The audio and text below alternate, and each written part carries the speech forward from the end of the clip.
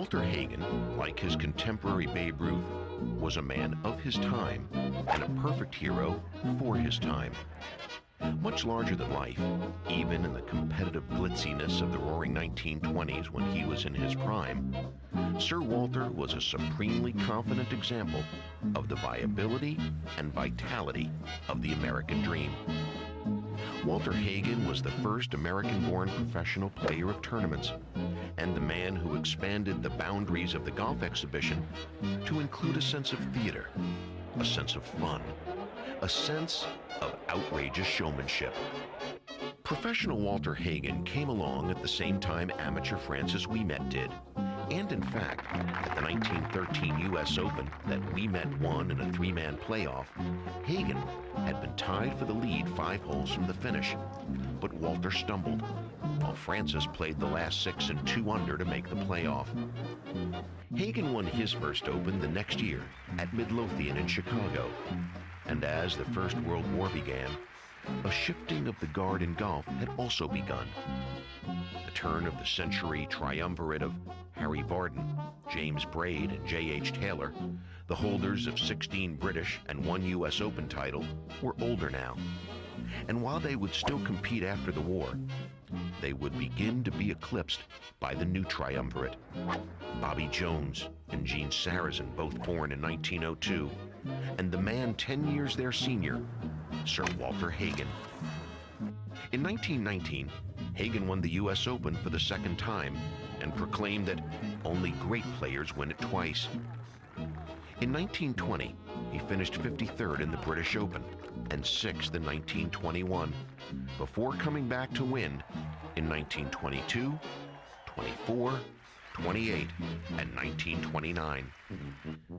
The Hague was the first guy to break the drab dress code, and Jimmy DeMeritt, and much later Doug Sanders, carried on his sartorially splendid code.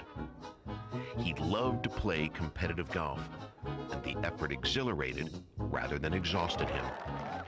He was never more excited or keyed up than when he had to fight hard to catch a leader 3 shots ahead. And Walter delighted in the pressure, in the roar of the crowd, in the thrill that he was the center of attention, in the enormity of satisfaction he felt as his own biggest fan when he pulled off another impossible shot or astonishing come-from-behind victory. The PGA Championship proved to be the perfect playground for the Great One, who won it 5 times in 7 years. The head-to-head format of match play provided Hagen a model forum to display his deeply developed sense of theatrical expression, of his sense of timing, of his ability to score 3s and 4s instead of the 5s and 6s he looked like he was shooting. Walter's greatest streak in the PGA led him to 4 consecutive titles, which ended in the great Babe Ruth 60 home run year of 1927. Hagen won 20 matches in a row during his unprecedented streak, and he lost only 2 PGA Championship matches from 1921 through to 1928. Hagen won the PGA Championship in 1921, didn't play in 1922, lost to Sarazen in a 38-hole final in 1923, and then beat contemporaries like Tommy Armour, Johnny Farrell, Leo Deagle, Harry Cooper, Bill Melhorn, and Jim Barnes on his way to 4 in a row. As often as he won the coveted Wanamaker trophy that goes to the PGA champion, he misplaced it or left it in taxis and hotel rooms just as many times. Walter Hagen led professionals through golf's front door because he refused to enter through the one in the back. He was the first to make a living in tournaments and exhibitions without holding a club job.